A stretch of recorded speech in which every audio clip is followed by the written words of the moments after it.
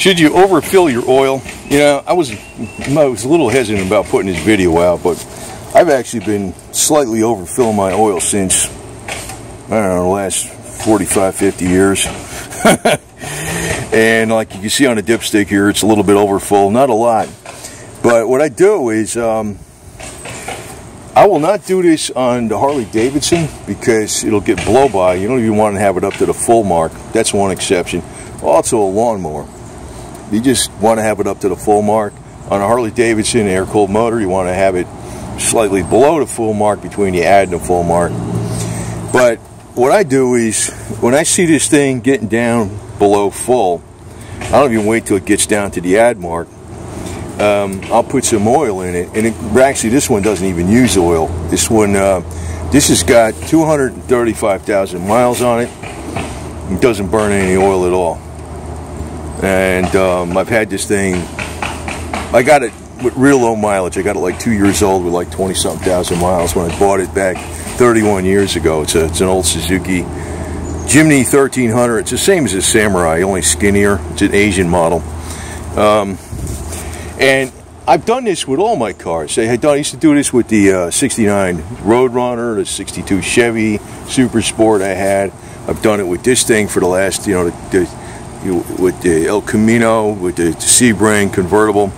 You know, maybe there's something where you're not. I don't put like a full extra quart in there. I put maybe a quarter quart to a third of a quart extra. But the reason I do that is your cooling capacity is not just your what do you call it? Your coolant. You know, your water and your antifreeze mixture. It's also your oil.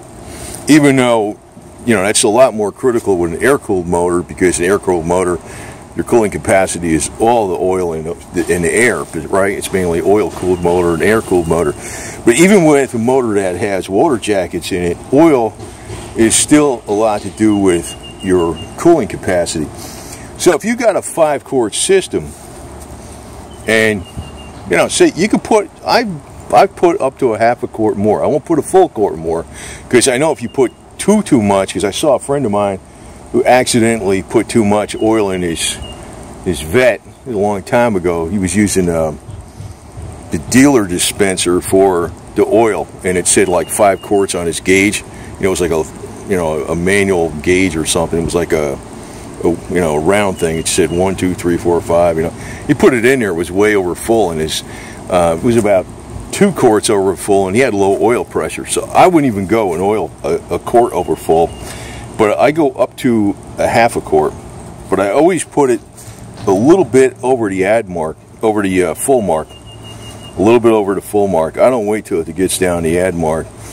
But the reason I'm mentioning this is because I seem to have made cars last ridiculously long, and I've had cars that have got extreme high mileage on them, had them for many decades, and got little extra maintenance. Because say for instance you got a 5-quart system. Well, you could say, okay, when it gets down to 1 quart, I mean, you know, gets down 1 quart and it goes down to 4 quarts, and that's the add mark. Well, you're down to like 80% of the capacity.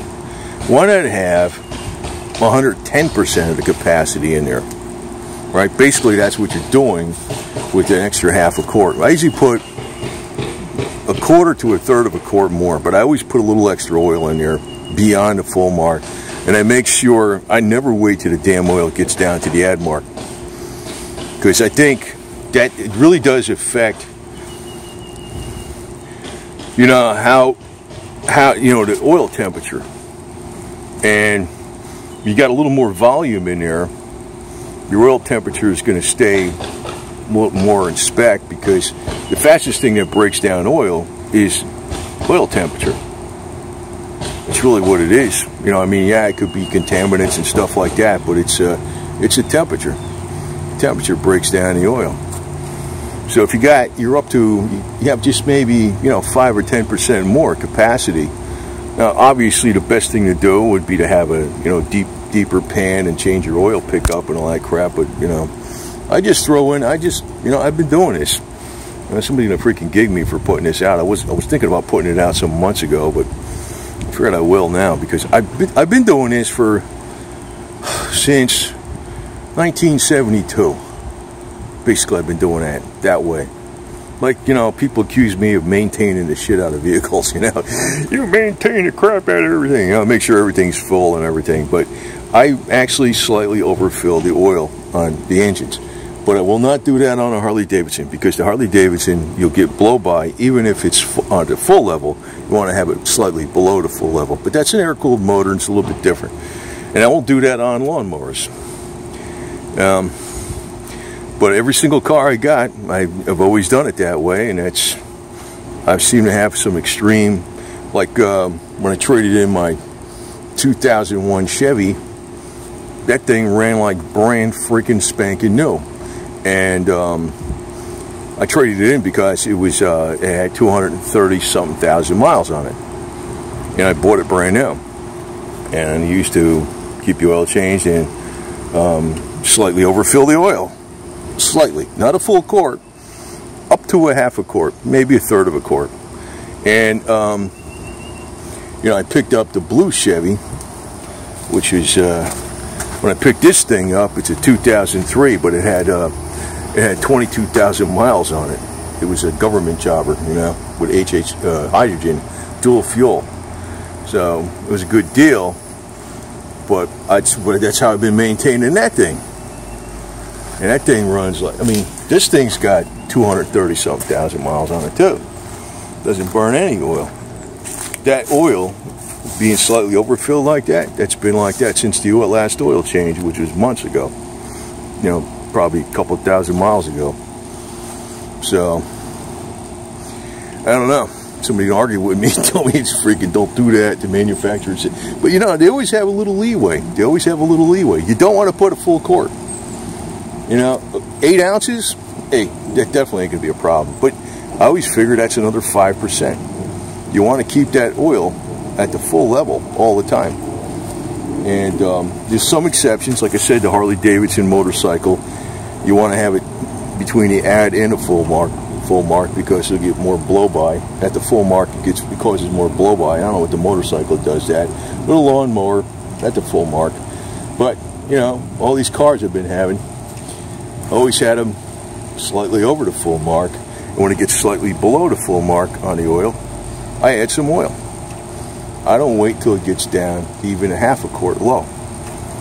And I think that's what's extending the life on these things. I think a little more oil capacity. You know, if you say you're 4.5 quarts and you're at 5 quarts is full, maybe you got 5 1/4 quarts.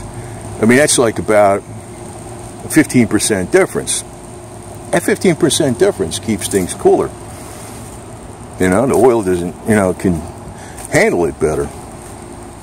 And, you know, it's not breaking down as much. So, I think it actually helps extend the life of the engine. Very slightly overfilled. Don't overfill it a quart. I don't think that would do any damage in itself, but that's too much. Half a quart max. That's what I've been doing. That's what I've been doing. And I've been doing this for, I don't know, over 45 years. That's been my procedure. So, is it wrong? I don't know.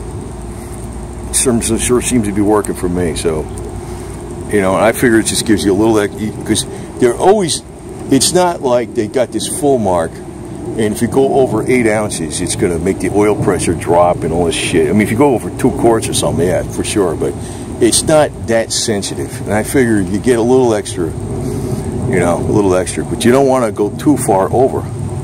The max I ever put in here is a half a quart over. That's it. I usually do maybe a third of a quart. And then when it gets down a little bit below full, I put it a little bit above full. So I figured, you know, every little edge, that little extra edge makes a difference. And what does it cost you? Pretty much nothing. That's the way I look at it. So there you go.